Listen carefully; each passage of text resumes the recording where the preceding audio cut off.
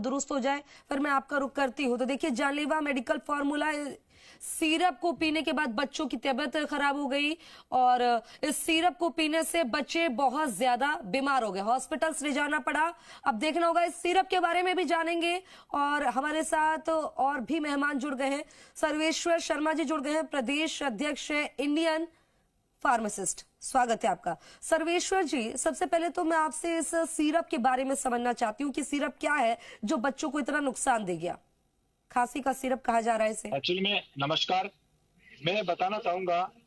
कि सिरप का जो फॉर्मूला होता है वो इंडियन फार्माकोपिया और ब्रिटिश फार्माकोपिया के जो स्टैंडर्ड्स है उसके हिसाब से बनाया जाता है। लेकिन कई बार क्या होता है कि कई कंपनीज के अंदर या मान लो थोड़ा बहुत कोई मान लो हो सकता है उनके कोई कमी रही है या वो उसको ठीक से बना नहीं पाए हैं और जो फॉर्मूला उनको डालना था वो फॉर्मूला शायद प्रॉपर बैलेंस उन्होंने कहीं ना कहीं नहीं डाला है। इसी की वजह से मुझे लग रहा है कि शायद ये दिक्कत आई है। बाकी हाइड्रोक्सीब्रोमेक्सिन जो अभी वर्तमान में खांसी चल रही है, अभी वायरल चल रहे हैं, अभी सीजन भयंकर बारिश रही है पूरे देश में अभी बार, तो उसकी वजह से क्या खांसी की तो प्रॉब्लम है। लेकिन और दवाएं भी खूब चलती हैं, फार्मूला स्टैंडर्ड फार्मूला होते हैं। लेकिन इससे जो दवाई की अपन बात करेंगे तो इसमें कहीं ना कहीं इसका जो मिश्रण बनाने में और इसका जो मैन्युफैक्चरिंग डिफेक्ट कहीं ना कहीं इसमें कंपनी का जो मैं मानूंगा कि फॉर्मूला तो ठीक है ये, लेकिन कहीं ना कहीं इसमें जैसे मान लो 13 mg मिलाना था उसकी जगह 12 mg हो गया या 12.5 हो गया, या कहीं ना कहीं इसका जो बैलेंस है स्टैंडर्ड जो इसका होता है उस स्टैंडर्ड से हटके इसको कहीं ना कहीं बना लिया गया या कहीं ना कहीं वो मिसमैच कहीं ना कहीं हुआ है और वो सप्लाई आ चुकी है मार्केट में। जिससे तो सबसे पहले तो मैं राज्य सरकार से अनुग्रह करूंगा कि तत्काल प्रभाव से जिस दवा कंपनी का ये सैंपल फेल हुआ है या जिस दवा कंपनी की वजह से जिस दवा से बच्चों की दिक्कत आई है उस दवा को तत्काल प्रभाव से मार्केट से कंप्लीट जीरो, एकदम उसका स्टॉक जीरो कर दे, उसको उठवा ले। हर जगह से जहां भी सप्लाई हुई है, मुख्यमंत्री निःशुल्क दवा वितरण योजना के थ्रू ये सप्लाई होती है, तो सबसे पहले तो डिटेक्ट करे कि ये कौन सी कंपनी की दवा है, तो उस दवा को सबसे पहले तो पूरे मार्केट से हटवा दे। वो तत्काल प्रभाव से हटवा सकते हैं क्योंकि मुख्यमंत्री निःशुल्क दवा वितरण केंद्र है राजस्थान में 16,553, तो तत्काल प्रभाव से एक आदेश जारी करके आज चाहे तो 2-3 से 4 घंटे के अंदर उस दवा को वहां से कम रिमूव करे, ताकि जिसके पास जानकारी के अभाव में ये दवा किसी को दी नहीं जा सके और किसी प्रकार की अप्रिय घटना होने से बचा जा सके।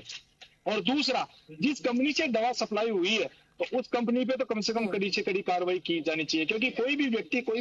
कोई भी मरीज है वो जब दवा लेता है तो बड़े विश्वास के साथ दवा लेता है। मैं खुद भी एक फार्मासिस्ट हूँ, तो हमें जो शिक्षा दी जाती है अगर हम उस शिक्षा को अगर प्रॉपर इम्प्लीमेंट नहीं करेंगे तो कहीं ना कहीं वो किसी के लिए जानलेवा हासिल हो सकती है। इसलिए अगर किसी ने गलती की है, जिस दवा कंपनी ने गलती की है, तो उस पर दंड होना चाहिए और उसको तत्काल कड़ी से कड़ी सजा मिलनी चाहिए। मैं इस दवाई का नाम जरूर बताऊंगी, इसका नाम है डेक्स्ट्रोमेथोर्फन हाइड्रोब्रोमाइड सिरप है। हाँ, इसमें क्या होता है मैडम कि ये एक सोल्ट का नाम है, डेक्सोमेथोर्फन हाइड्रोक्लोराइड एक सोल्ट का नाम है, जो कब जब आता है खांसी व्यक्ति की आती है तो it's provide shooting effect. Shooting effect का अपन सीधे शब्दों में आपको समझाना चाहूंगा कि जब अपन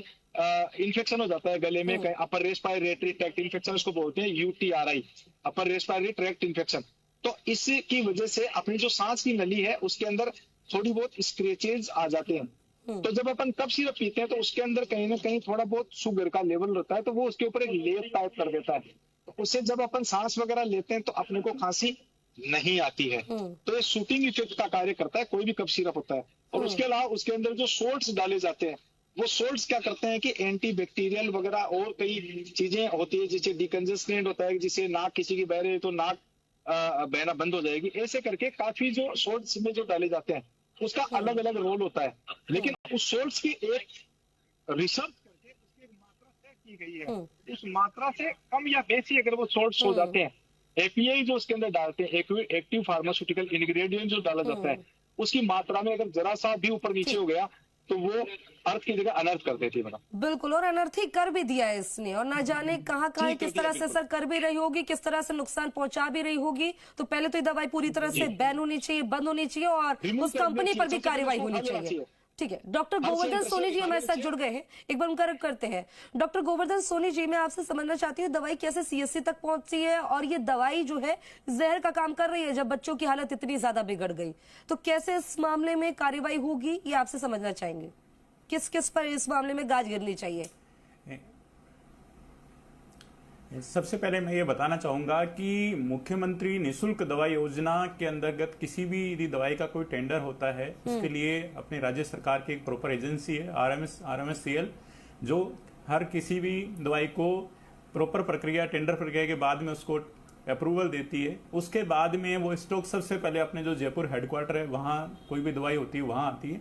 वहाँ से पूरे हर जिले में जो जिला स्तर है, डिस्ट्रिक्ट लेवल है, वहाँ पे इनके ड्रग वेयर हाउस होते हैं, वहाँ सप्लाई होती है। और ड्रग वेयर हाउस से आपकी CSC, PSC, आपका SDS हॉस्पिटल, जिला अस्पताल, वहाँ पर ये दवाई